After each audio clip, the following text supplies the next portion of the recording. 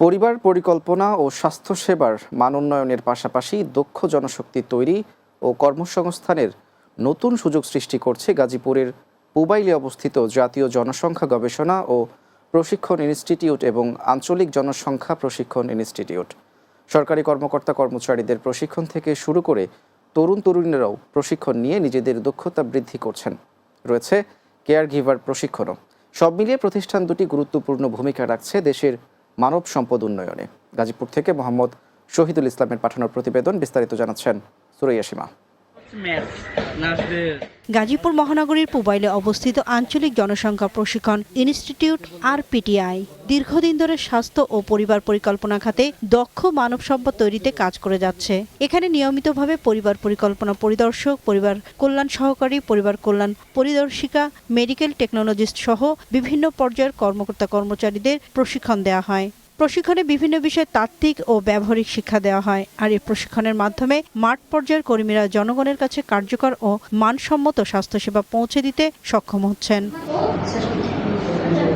অন্যদিকে একই ক্যাম্পাসে জাতীয় জনসংখ্যা গবেষণা ও প্রশিক্ষণ ইনস্টিটিউট পরিচালনা করছে কেয়ার গিভার সহ বিভিন্ন দক্ষতা উন্নয়নমূলক প্রশিক্ষণ কর্মসূচি।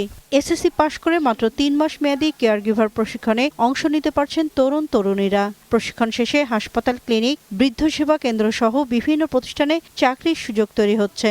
এতে যেমন স্বাস্থ্য সচেতনতা বাড়ছে, তেমনি তৈরি হচ্ছে দক্ষ মানব সম্পদ। তো আশেপাশে এখন দেখতেছি যে অনেক মানুষ মাস্টার্স পাশ করেও কোনো চাকরি পাচ্ছে না বা বেকার ভাবে ঘুরছে। তো এটা আমাদের কাছে একটা আশীর্বাদ স্বরূপ। প্রেশার, ইনসুলিন, ডায়াবেটিক্স এসব আমরা আমাদের ম্যাম স্যারদের সাহায্যে শিখতে পারতেছি। বৃদ্ধ মানুষ, শিশু, এদেরকে কিভাবে শুরু থেকে শেষ পর্যন্ত একদম পরিচর্যা, তার ঘরের কাজ সম্পূর্ণ পুরো প্যাকেজটা মিলি এই ট্রেনিং। কর্মবাজারের জন্য দক্ষ জনশক্তি তৈরি করাই এসব প্রতিষ্ঠানের মূল লক্ষ্য। আমাদের এই ট্রেনিংটার মূল উদ্দেশ্য সেটা হচ্ছে আমাদের বেকার যুবক যুবতী যারা আছে 18 থেকে 45 বছর বয়সের মধ্যে, তারা ট্রেনিংটা করবে এবং দেশ এবং দেশের বাইরে যাতে সেবা দিয়ে উপকৃত করতে পারে, এই উদ্দেশ্যে আমাদের ট্রেনিংটা পরিচালিত হচ্ছে।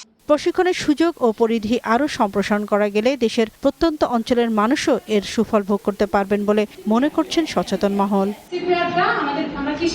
Desk report, Bangla TV.